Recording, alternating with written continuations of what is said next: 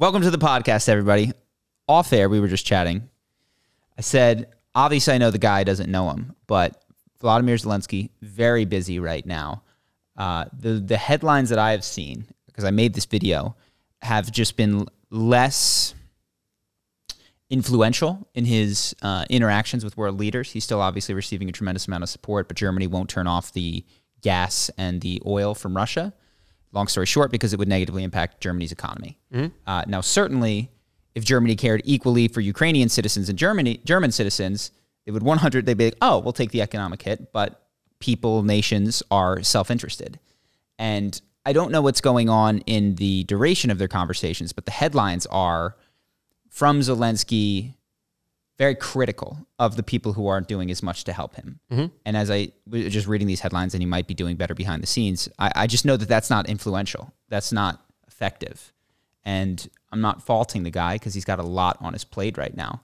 But I was just like, is Tony Robbins' team reaching out to him to be like, yo, dude, I know how I can't promise anything, but if you give me 30 minutes, I can help you speak to these people in a way that makes them care. Because sad as it is, nations don't enter into wars or hurt their economies for moral principles. They just don't. Yeah.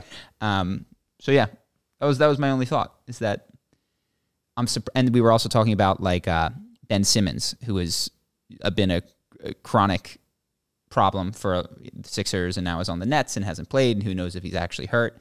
That these teams don't bring in mental health coaches, or at least not the best ones, to help their head case diva players play better is just surprising to me. How disparate the world of Tony Robbins is, even though he's got $500 million from these NBA teams. Yeah, I think it's starting. I mean, so for instance, Tony Robbins did work with the San Antonio Spurs for a little bit. Like 20 years ago, right?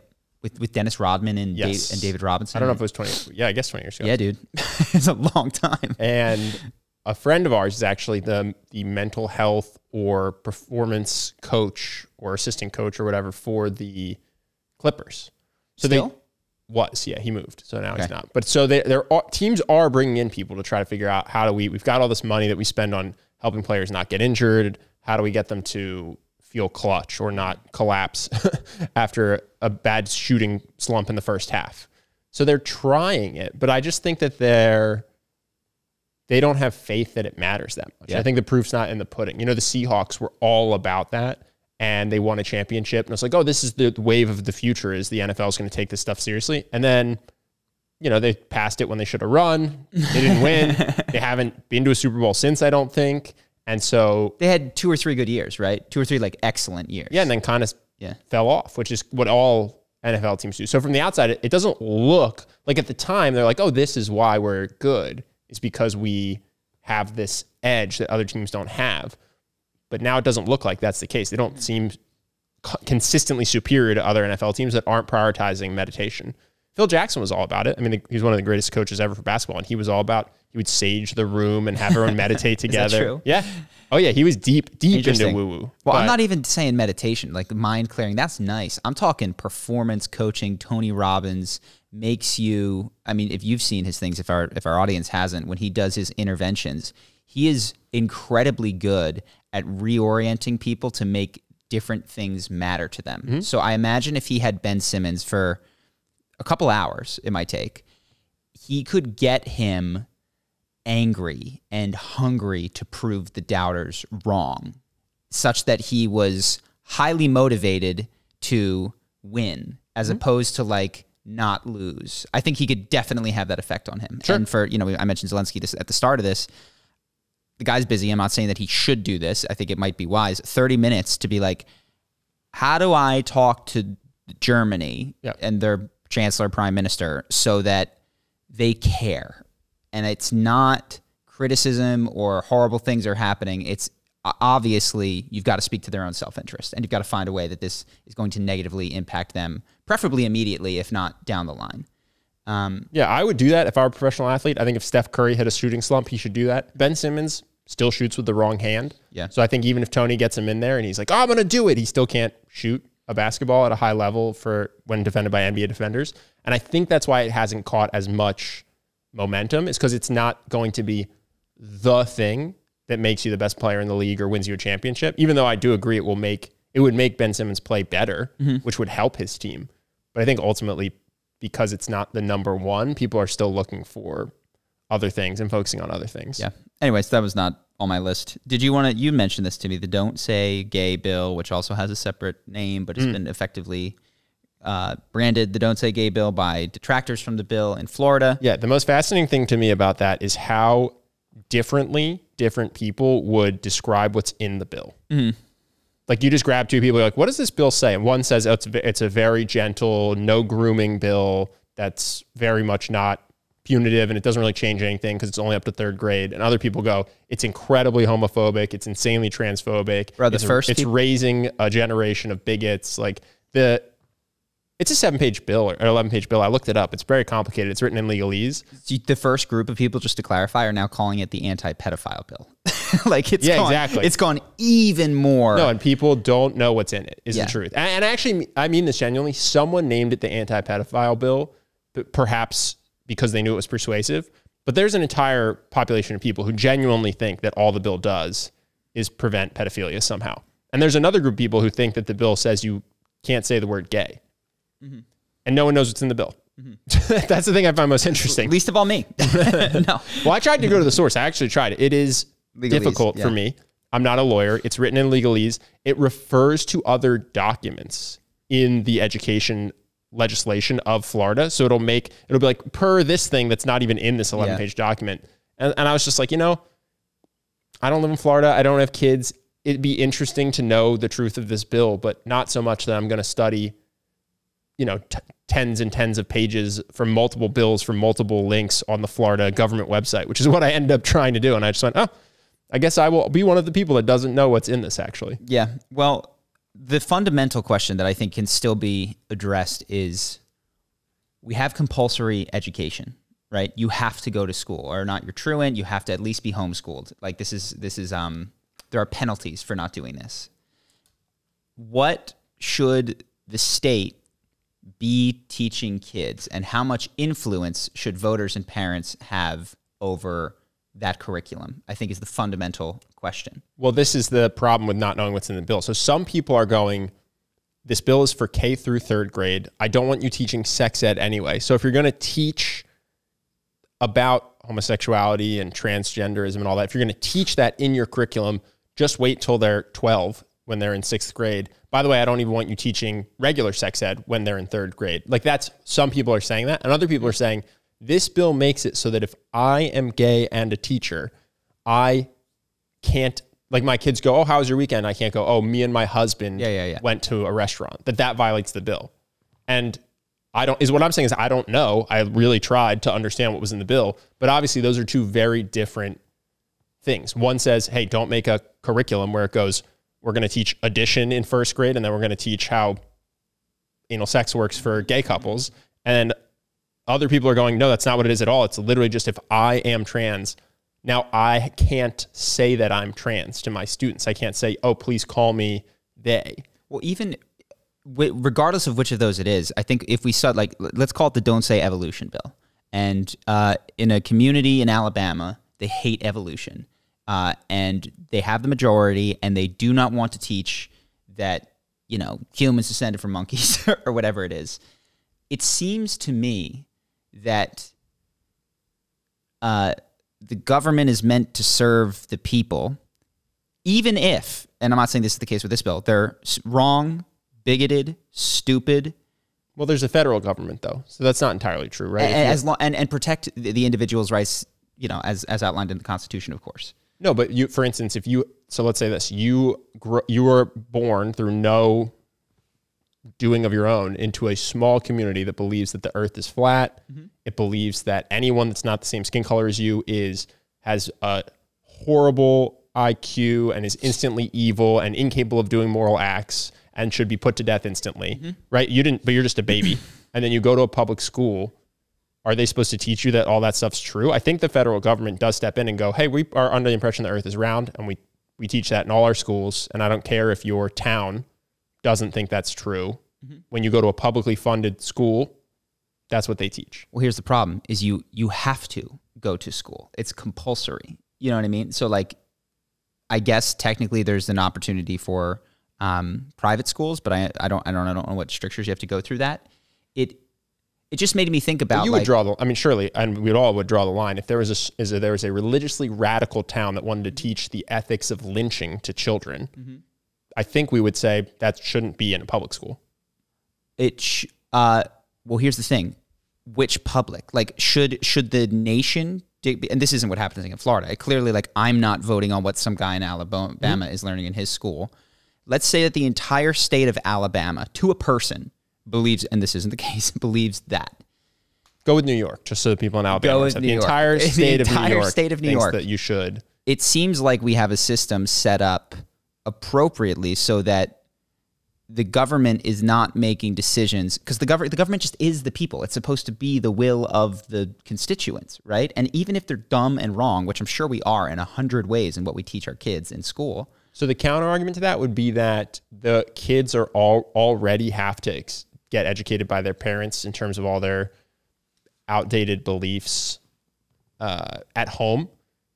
So then they should go to school to have another opportunity to, like... In the state of New York, though, who would be voting for that other thing? Well, this is the thing, I don't know. Because we have a federal government, we have state governments, we have city governments. So I don't know who's picking the curriculum. But you could imagine an argument where you go, oh, just because you live in a small place that believes something that the rest of the country doesn't believe, doesn't mean you're going to indoctrinate all your kids into that without having at least another perspective offered.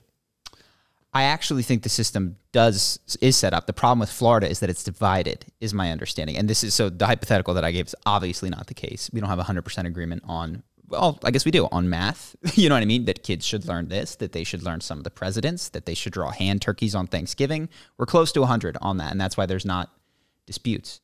But it seems like, yeah, Florida probably breaks close enough to 50-50 in terms of what they want their kids to learn here. I guess I was just thinking it's a miracle that we had 300 million people, I don't know how many kids when we were growing up, who had a relatively consistent worldview taught to them, and that I'm sure there was some places where they wanted to do more Bible stuff, with the exception of evolution, that it was so widely agreed upon.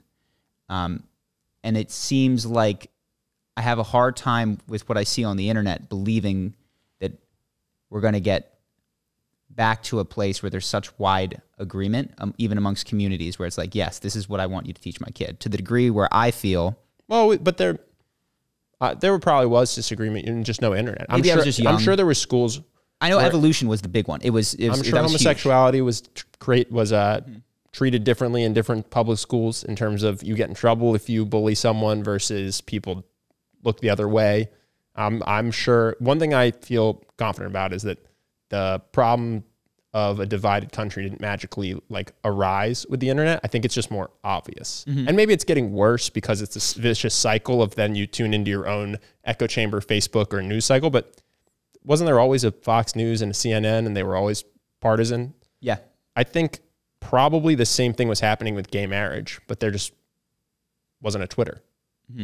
Well, and then the question is, was that being duked out in the schools? I guess where I stand by on this. You don't think there were certain schools where they said that being gay was a sin? I'm sure there were. Now, public schools, yeah. Was there one or two? Probably. There were definitely public schools where teachers were espousing that being gay is a sin.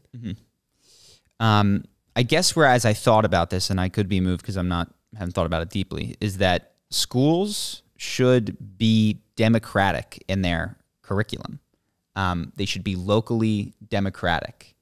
We shouldn't have a group of people in government or teachers deciding what other people's kids are essentially indoctrinated with. You think if a city decided that their kids didn't need to learn math or English, that it would be okay to have all those kids grow up without any math or English education? To be clear, just for the sake of argument, 100% of... No, 53% of this is the problem with all democracy. Let's pretend that 53%, and by the way, we live in a world now where it goes the other way. 53% wants to teach that math is relative, or you know what I mean? That like structures of white supremacy haven't colonized math and made it... Well, this is what I'm saying. This isn't fake. So like some communities think that math is...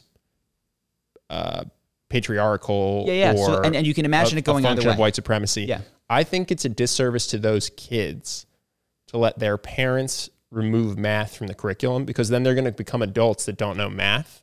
It's going to hold them back in their ability to do anything in the world, really. Like, even if they want to be politicians, which doesn't involve math, they just can't get into universities. They won't be able to affect change in the world or succeed in the world if they've literally never been taught math from K through 12. Yeah. And so this is... I don't think their parents should make that decision for them. Interesting. That is fundamentally anti-democratic, and it's like and I'm not saying that you're wrong, but that vision is that... No, it's not. It's not anti-democratic. It's about having levels of democracy. In the same way that I don't think a town should be able to legalize murder. Like, the federal government does certain things to protect its citizens, even from themselves. You can imagine a town that was just pro-cannibalism, pro-death penalty for theft. They just said, this is what we like. We're 100 people, and this is what we want. We eat thieves. And the government goes, no. Even if 100% of you think this, you don't get to catch someone stealing your car and cook them and eat them. Not in our federal jurisdiction. So I do think that democracy has layers. You don't just get to do whatever you want if the people in your town agree. Well, so my understanding is that the government that we're presuming out now, which is kind of what I wanted to do with this conversation, the government's job is to protect, there's a certain amount of things we're going to protect you guys from yourselves. If you guys vote to legalize murder, you can. If you vote to legalize, and from each other. If you vote to stamp this person's First Amendment rights out, you can. If you vote to enslave this population based on their ethnicity or race, you can't. You can't do all of those things. Outside of, you can't take people's guns away in America. Outside of that narrow range, we're not your daddy. You guys have to make these choices. And it seems to me that being able to fuck your kid's life up by not teaching them math ought to be the decision of communities and parents. Oh, interesting. I would probably put that in a similar camp to you can't eat people. What if, here's the thing, because we've subbed in fuck your kid's life up with math. What if this community's right? What if learning math is patriarchal and is destructive and is the core of the issue in our society? Why should the government hold back progress? Well, the federal government just takes their best guess. So maybe they're right that society would be better if we ate thieves. I can't prove that. Never seen a society where as soon as someone commits a crime, we eat them. Maybe that deterrent would be so great that all crime would go down. It's like the Purge. Just have an idyllic society. Our government goes, it's not what I think would happen. I'd not run the experiment. So yeah, maybe you're right. Maybe math is the downfall of our society, but I don't think you're right. In these examples, you're giving the government the thing that seems common sense to you. I'm trying to think of, but imagine it reversed, where the people wanted to teach. I'm starting with establishing I'm trying to go with we agree here, and then the question is, what does this bill do? Versus like, if we don't agree here, then we're basically saying any community can do anything they want in regards to education, which that's not ground I'm willing to cede. But if you agree with something obvious, like we should teach kids how to speak or spell, that doesn't mean automatically that you have to agree with any bill or disagree with the bill, but it says some things are off the table for the local education deciders to do. But if we can't agree there, then I guess I'm just not willing yet to accept the idea that as long as a local town agrees, they can make any curriculum they want for their kids. What that does is it means that as long as any group of government bureaucrats agree, they can make any curriculum they want for your kids. It's one of those two groups is going to be deciding, and we don't know which one has access to the truth. Well, or is it access to the best? So, and this is the question: is it a set of bureaucrats? Is it the overall populace of the country? You know what I'm saying? Because they aren't really. I don't think they wouldn't be able to do something that the vast majority of the population disagreed with. I don't think that they are military generals where they could say, we're going to teach that all your kids have to eat feces for lunch, and then people just have to take it. Like, I do think they reflect the populace to some degree. Well, if they reflect the populace to some degree, like, why not just reflect the populace? Well, your question is I'm saying do a broader, it's kind of like sample size. I'm saying like you're saying like, don't, I understand. You want statistically significant sample size when you do a study. because you want it to be representative, right? And I'm saying to set the education system, I think you want to go broader than 50-person town. Sure. Is a state big enough? A state like New York or Florida? Well, I don't know. We can go there if you want, but I'm starting with 50. Do we agree 50-person towns too small? Because you started with any amount of people should be able to pick any curriculum they want. Well, let me think. It's a good question. Let me think it through. Because that doesn't mean the state can't. The state could be big enough. It doesn't have to go federal. Yeah. But I'm just starting with like, I don't think you just draw the line wherever you want, then pick the curriculum you want, as long as that small group agrees. I think you have to have some sort of statistically significant population size. And you're always, and I know, or maybe statistically significant is the wrong word, but like some minimum population. You're leaving space for private schools and all these kinds of things where you could teach. Yeah, this is publicly funded. Got it. Yeah. No, I think you and your 50 neighbors could make a private school that taught whatever you wanted. And by the way, I think you actually can make a private school that doesn't teach math. I don't think there's a thing that says you can't. I hate it. I could be wrong. Maybe there is some basic education requirements, but I don't think. I think private schools can do whatever they want. Didn't Elon Musk just say school's going to be building cars? Your kids ask the question and then we'll do experiments. Yeah. So this is very much for like publicly funded schools paid for by tax dollars. Yeah. And I mean, look, this is, I think what we're asking are fundamental questions that aren't easy about like, hey, what do you do with the democracy when 51% of people want this thing that 49% of people fucking don't? You know, like how does that work out? You just do the thing. Also, we've talked about this. Sometimes the government does things that people don't want. Yeah. Like integrating schools. And we look back and go, that was great. I think most people are glad that happened. But at the time, I don't know that it would have passed a popular vote. Around the same time, they were drafting young men to go fight in Vietnam. You know what I mean? Like they make good and, history. But I'm just saying the government isn't even beholden to having a 51% approval rate for a policy to do it. Like you're saying, 51 like it, 49 hate it.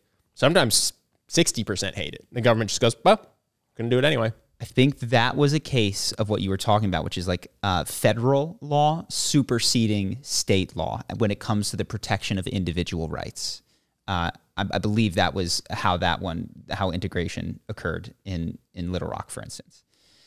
But yeah, I don't know the answer to these questions. It did get me thinking about, I was like, let's say that I live in a bizarro world and I'm coming in and teachers are like, I'm not saying this is what's happening in Florida. Let me think of a different example that is non-sex related because I know people are going to. Teachers are teaching kids that the taste of human flesh is the finest delicacy. And if they're ever so, you know what I mean? Like even beyond that you can't live past 12 unless you've eaten a human. Whatever. You just die spontaneously at 12. And my community, by and large, doesn't want that, but the teachers do. Or my community does like that, and how do I stand? Where I personally go is, holy shit, I need the private school. My kids, but most people don't have the money for it. I know, and I'm so fortunate to be able to have that thought. I think that's why this is such a heated debate, by the way. Because you've got compulsory education. Yep. You have to go. We're going to indoctrinate your kids. Sorry, forget compulsory. I actually think parents want to drop their kids off at school for 8 hours. Yeah. It's not. It's that they need to work, and so they need a place for their kid to go somewhere. They can't afford a babysitter for 8 hours even. School's actually cheaper per kid than any other form of childcare, I think. And should you be able to, if you take your kid out of school, withdraw a certain amount of tax dollars that would go towards that, but then that creates a whole issue of I don't have any kids. School. Yeah, exactly. I don't have any kids. Now every school is a private school, you know, yes. and it's if you don't have a car, you don't have to pay for roads. It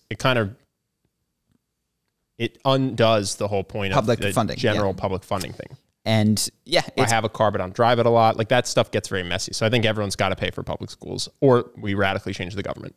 Yeah, and then I come back to Socrates' thing is like, man, if I'm gonna, it might have been Plato. I don't know if Socrates is like, if you're sailing a ship, you don't take a poll of everybody on the ship and ask how we're gonna do this. You have a captain who knows more than everybody, and he decides. And that's how government ought to be run. Is that you have to have a bunch of smart people who know better than everybody else because the people are idiots. Well, that's the heated part. And democracy doesn't work. Yeah, no, but that's the heated part. Is people, especially with the Dunning-Kruger effect, people don't know how hard it is to run a government or how complicated it is, and they think that they're smarter. It's constantly impressive to me. People who have never run an organization think that they could magically run the United States government better than it's currently being run. Bro, and they've literally never done anything except for had a school project where no one else on the team liked them. Yeah. It's just like, you don't know how hard it is to build rules and systems for 300 million people. It's not even close to how you imagine it. I struggle with I was just going to say, I struggle with our little organization. It's been humbling to realize my personal limitations in terms of leadership. Well, is it leadership? There's a number of things that include leadership in terms of like managing and dealing with people and incentive structures and how bloat can occur even into small organizations. Also, and trying to manage something you don't fully understand. Yeah. I'm managing a tech project right now. It is infuriating, I think, for both me and the tech guy as we try to communicate because I don't know how to code. Yeah. And he speaks in tech and does not understand the business outcome that I'm completely focused on and don't care at all about that. And you go, this is just, we're still talking one-to-one. Now imagine you're supposed to run an organization. You don't have expertise in any of this stuff. So you're relying on intel from the food expert, the military expert, the transport expert, the infrastructure expert. You don't know how to fucking build a bridge. How do you decide? Like, and several of them are corrupt and skimming money off. By the way, lobbyists are constantly corrupting everything. No, it's working with this tech guy. I go, yeah, managing something you can't do fully yourself or understand yourself is so hard. And I'm doing it on a one-to-one level. And then I see people in the comments, I don't understand why our government doesn't just become communists. Like, I don't think you really understand how hard that would be to implement or continue running once it happened. Yeah. So with all of this, I will repeat, I actually don't have an answer to any of this, but it did make me think, what is the government's role in education / indoctrinating children? I think they're very, very similar. And anybody who thinks that there's like an objective criteria that kids could be taught on, I don't think is thought about philosophy deeply enough to see how. People are trying to remove math from the curriculum. Math is a spicy take these days. I would have thought math was the safest thing to want to teach people. Yeah. So, if I have kids, they will be homeschooled. I think that is 100% going to happen. And I think it'd be fun and cool to like have, if there were people with friends of mine that had kids in the same age bracket to, get a teacher and then supplement that with each one of us coming in and I'll teach YouTube. Yeah, but you got to have kids at the same time though. Dude, I'm teaching charisma to 4-year-olds. Like, look me in the eye. Stop sucking your thumb. It's not charismatic. Get that out of your mouth. Did you piss yourself again? That's not cool. Charismatic. It's cool to don't listen to Billy Madison. Yeah. Anyways, so that was a long tangential thing. The only other thing that I'd said, which I don't have much, is Elon Musk is now was on the board of directors at Twitter. Yeah, I saw that. I don't know why people think that's a big deal. Can you help me understand this? I saw everybody's in a hubbub about it. It's a headline. He bought. It appears to, at least, well, he hasn't sold yet, so who knows? Might be a good financial move, but it seems that he did it to exert influence over Twitter.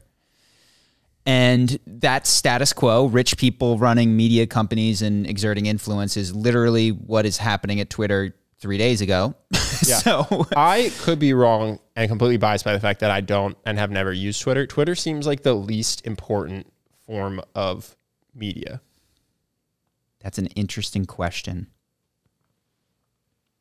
I feel like more information gets passed through YouTube videos or Facebook videos. Twitter or is TikTok. breaking. Twitter's breaking. Twitter's like, this shit happened. There's been a handful of times with like the riots or something where the only news is on Twitter. It's like, just saw this guy smash this store 30 seconds ago. It's definitely breaking news. I think journalists, by and large, hang out there and have their worldviews really shaped. And can I give you an alternate? It seemed to me like, who cares relative to when Jeff Bezos bought the Washington Post. Interesting. And now, by the way, the Washington Post, I don't know, maybe it's just cherry picking, but you'll see all these things, articles and other things about how Amazon's evil and Bezos is evil. And then all the Washington Post articles are really positive on Bezos and Amazon, but they're fully formed articles that I think inform people's opinions. And maybe I'm just living in a bubble. I think people go to Twitter to shout into an abyss. I don't know people who go to Twitter to learn how the world works in the same way that Facebook and YouTube seem to really inform people's opinions about things. I think certainly some of that is because you're not on the platform. Yeah. I'm not either. I believe that cancellations occur on Twitter. I think that's probably the primary vehicle for canceling a company or a person, is just the flood of tweets hitting that social media guy at Coca-Cola who's just like, So yeah, I don't know. I tend to agree with you. I think if you wanted to spread disinformation, Facebook would be your best thing to control. I'm going to delete everything that says this about a certain like I'm going to delete everything that's pro-Ukraine and only let pro-Russia stuff on Facebook, or I'm going to do the opposite. I feel like that would have the biggest impact.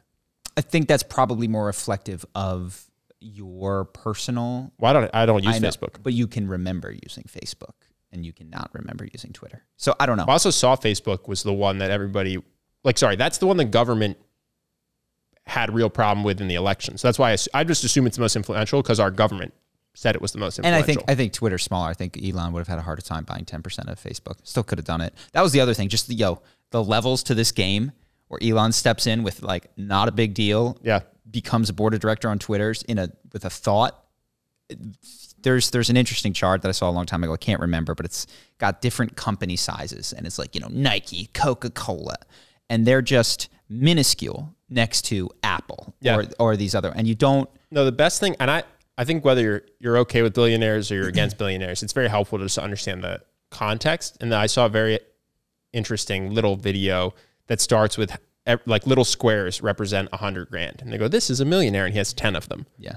This is 10 million, 100 million. This is a billion. This is Jeff Bezos compared to someone who has $100 million. Yeah. And you go, the sheer volume of his set of cubes compared to LeBron James. You go, oh, this guy's not, because humans can't do large numbers. That's just straight up psychologically proven. People really don't understand the differences. And you see it visually and you go, wow, these are not even close to similarly rich. The first billionaire athlete will pale in comparison to what Jeff Bezos has. I mean, it's crazy. That what I can imagine is 1,000 is to 1,000,000 as 1,000,000 is to 1,000,000,000. And that's just like, oh my gosh. Well, and then you go, he doesn't anymore, but 1.8, 100 billion. Yeah. And you just look at it and you go, that's the whole world's wealth, basically. So, yeah.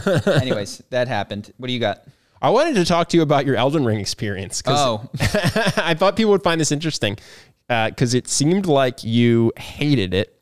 It's the most popular game in the world, but you kept playing it. And I just wanted to talk about the psychology. What was your Elden Ring experience? Okay. So the experience is, and I experienced it again last night, because my YouTube, I watched a couple of videos. Every video I have is why Elden Ring is the greatest piece of video game and art that has ever been created in the history of mankind. Okay. There's nothing as good as Elden Ring. It is God came down, touched George R.R. Martin's forehead, and gave him Elden Ring, and then he made it.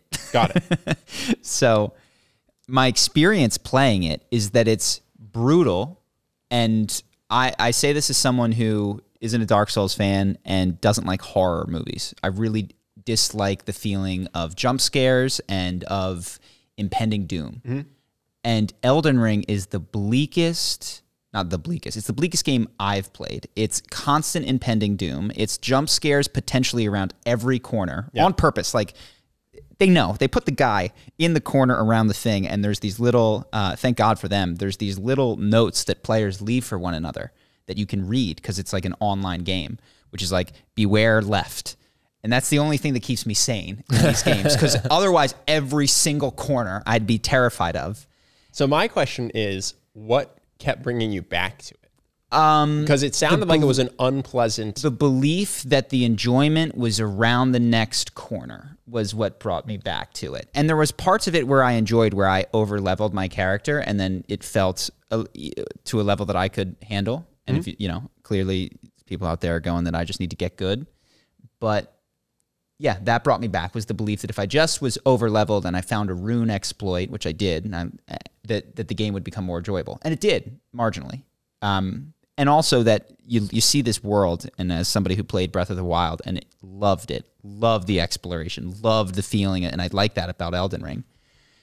In Breath of the Wild, the feeling was there's magic around every corner. In Elden Ring, the feeling is there's doom around every corner. And I was like, yeah, I don't like that feeling eventually. Every time after I played, I would say out loud to myself, be like, that was not fun. That was. Well, that's the thing I find most interesting, because I think some people are going, well, I don't play Elden Ring, or even I don't play video games. But I think that's a thing that people do and don't realize they're doing. And you just happen to have the self-awareness of it. It's like, I'm not enjoying this, but I'm going to keep doing it because other people have given me the impression that eventually I'll enjoy this. Mm-hmm. And I feel like that's a very common human experience, whether it's with work or dating or whatever. I might play it again, dude. I keep watching people be like, this is the greatest thing that I've ever spent my time doing. You somehow think they're right, and experience missing is something. wrong. Yeah. I'm missing something. If I played better or leveled up more, it would become enjoyable. I feel like this is how people stay in bad relationships. It's how people keep playing League of Legends, man. You know? It's not the same. League of Legends is more addictive. I don't think it's other people telling me it's fun. I think it's the same rush that a gambler gets when they lose. I think it's high. I think it's highs are high, lows are low. Yeah. And that actually brings you back more than just if you just won every time, because then you'd get bored of it. I don't know, man. But yeah, so that's you my could. experience. You could literally just play bots for League. I'm not good enough for Souls games. And that's my, it's sad because Breath of the Wild's my favorite game maybe ever. And it is so clearly like that on steroids, just with all the joy sucked out of the world. And it's such a bummer. But the sense of like, oh my God, it goes more, the world is bigger. Yeah, there's a lot of that. But yeah, so what I might do one day, if there was like a Game Shark like they had back in the day, is just get to level 500 to the point where nothing can hurt me, and then enjoy the exploration. Enjoy running around and slicing. Probably just pay someone to level you up. Yeah, I mean, the other day I sat there, took my guy from level 50 to level 100 with just shooting. Just cheating. Just an exploit. Yeah. So I got a random one for you. This is just a headline I thought was funny. Scientists to broadcast Earth's location to aliens, ignoring Stephen Hawking's warning to please don't do that. Yeah. Stephen Hawking, very smart guy. He has an interesting analogy that I liked, which was think about how humans have ever treated either other species that they view as less intelligent or other humans that are just less technologically advanced. That's how he assumes that aliens would treat us. And so he goes, when you give away your location and you just say, hey, here we are, you just are praying that for some reason they don't act exactly like we have throughout history, which is to brutally enslave us, eat us, kill us because we're not consequential to them. And he said all this, and then a bunch of scientists were like, we're going to do it anyway. And so they just broadcast our location out on some sort of like radio waves. Yeah. Did you ever read The Three Body Problem? No. This is the inciting incident of the trilogy. I've trilogy. heard about it. Yeah. If you want to talk, go for it. The inciting incident of the trilogy is in, I believe it's in communist China, and this woman who's got issues on account of communist China. She's upset and all these different things, and she receives alien transmission. Where are you? She kind of understands the implications of this, and because she's nihilistic, sort of broadcasts Earth location. And then the subsequent books are an exploration of they're coming. They're a couple light years away. It's gonna, but that's gonna take some time for them to do. When they get here, we're doomed. And also, they've got this technology that has limited. I don't want to spoil too much if you guys don't want to. I'm like spoiling. I think into the first book, their technology, maybe even I think it's the first book. Their technology has limited our ability to do particle physics. So we're not going to get better with like faster than light travel. We're not going to get better with all these things. We have a technological cap, even though we have, I think, 400 years to prepare. And that's what it's about. And so they give, the interesting part of the book is I think they give 4 people. The other thing that they have is they have these smaller than like photon-sized spies on our planet. And so any communication they can see and then react to. So they give 4 humans carte blanche to order the world's governments around in any way they see fit in order to combat the aliens.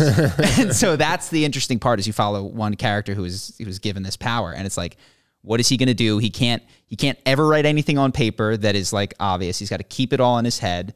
And for the first part, he's like, fuck this, I don't want to do it. So he just like, build me a chateau in France and like do this. And they go, this must be part of a plan. Bro, they don't care if it's part of the plan.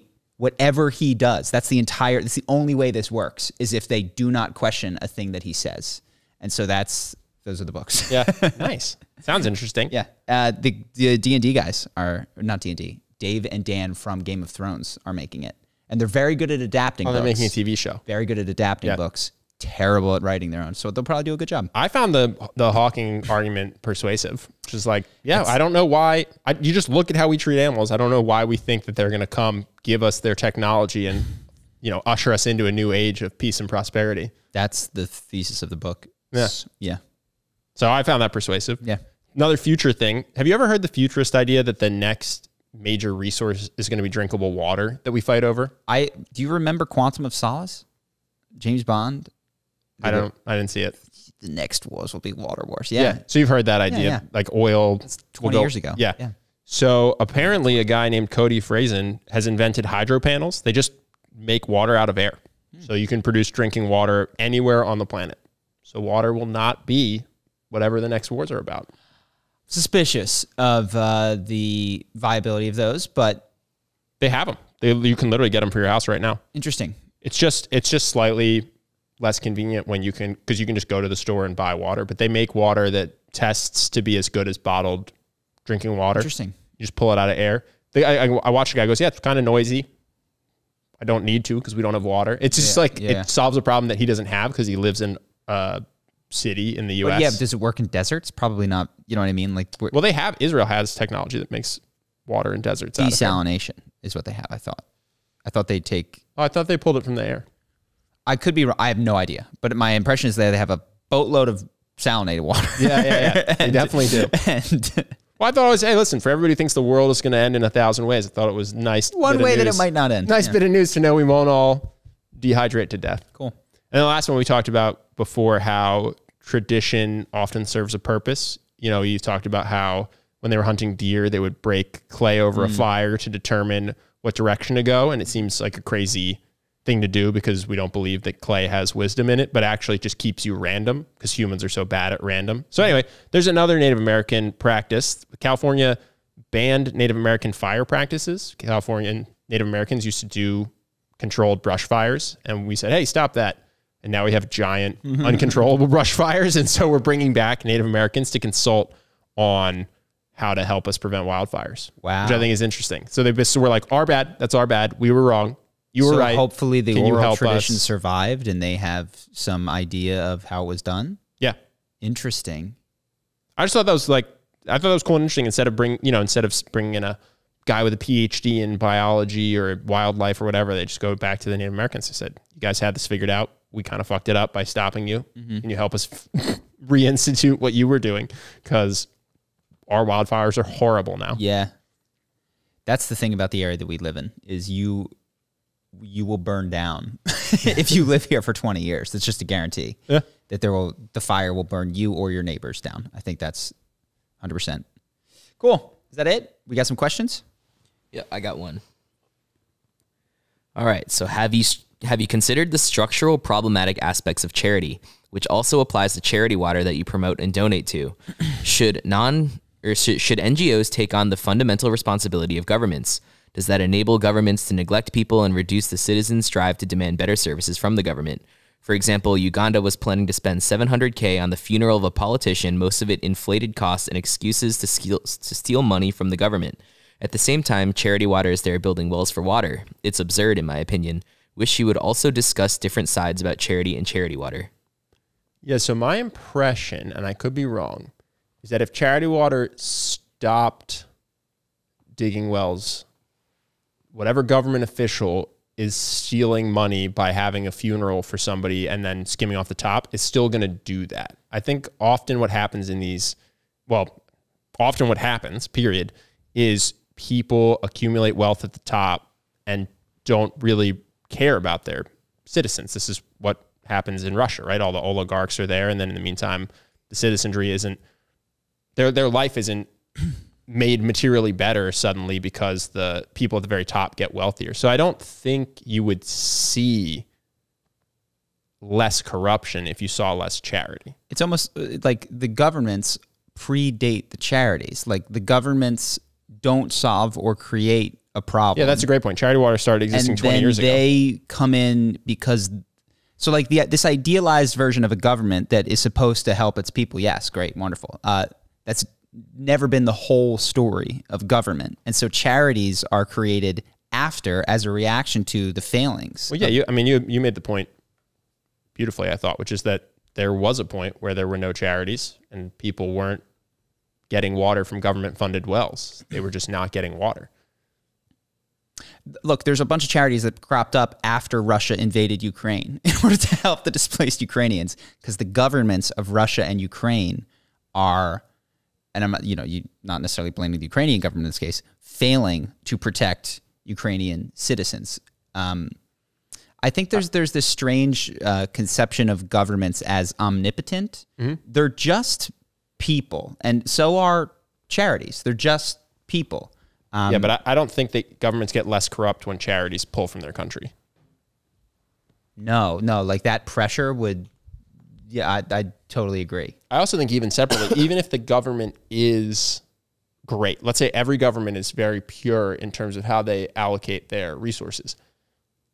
Money is not distributed around the world in a equal per capita way for each country. And so even if their government was doing well, you could just imagine that people in the US have more money per capita at the top, extremely much so.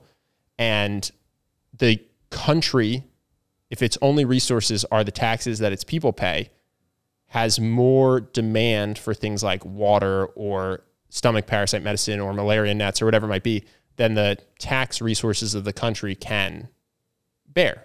We just have more money in the US. And so the other thing you're distributing from one country to another. I think the argument that you seem to be setting up is more against foreign aid than it is against private charity. Well, it's against both.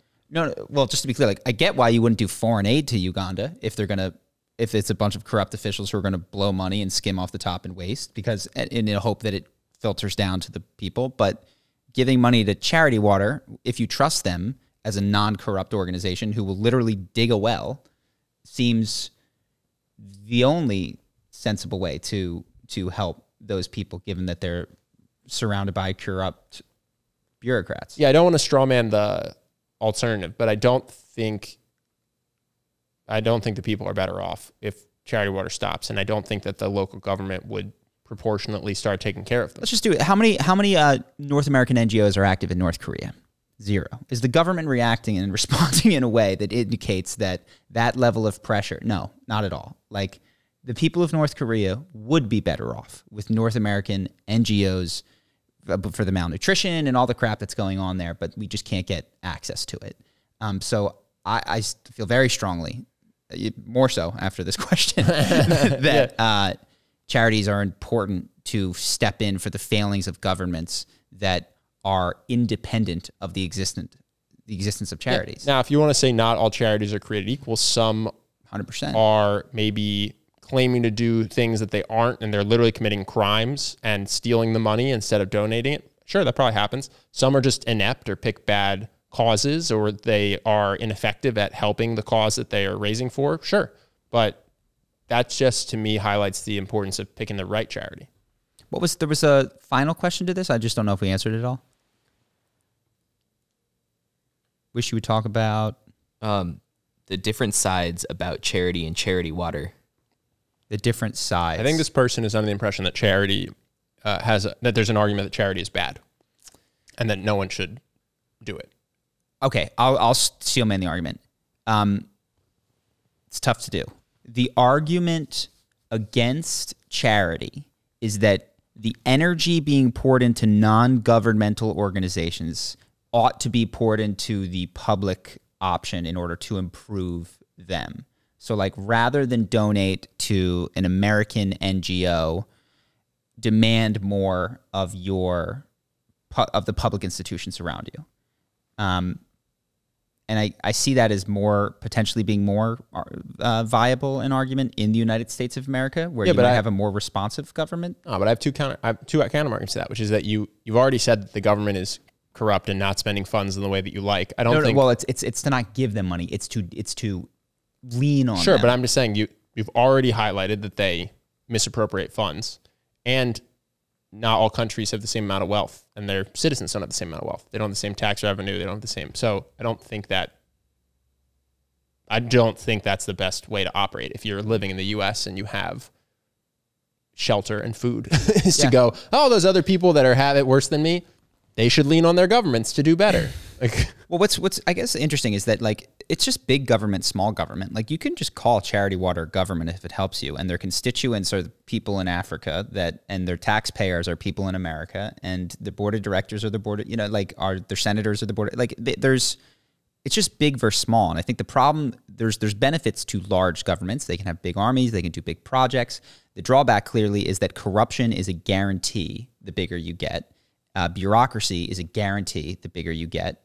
And so that's why we have these supplementary small organizations that pick a problem and laser-like focus are able to be more effective than these giant behemoth iceberg organizations of governments. So I don't think it's one or the other. I think it seems like they're both useful, at least in Yeah, I think your North Korea example is a good example too. The populace cannot just magically transform the government by applying pressure to the government that we want you to stop doing this and treat us better. Mm-hmm. Cool. That's it. Let's do it. We're going to hop over to Patreon. What do we have today, Justin? So we're going to talk about cutting out bad habits, getting used to feeling alone, and then hanging on tightly to your identities and what to do when those identities are threatened. Very cool. All right, so if you guys want to join us on Patreon, we're going to be answering those questions and more. It's a lot more probably talk stuff. for another hour. Keeps the podcast going. We appreciate you guys. All goes to Justin. So if you want to support us, that is how you can do it, and it really does. I mean, it makes a difference. Because otherwise we're not profitable. You guys don't really often hear sponsors. So if you want to check us out on Patreon or just support the podcast, any dollar amount matters. You can click the link in the YouTube description. I don't know what it is if you're an audio person, but if you search for Charlie and Ben podcast on Patreon, you'll find it. That's it for this week. We'll see the rest of you on Patreon. Peace.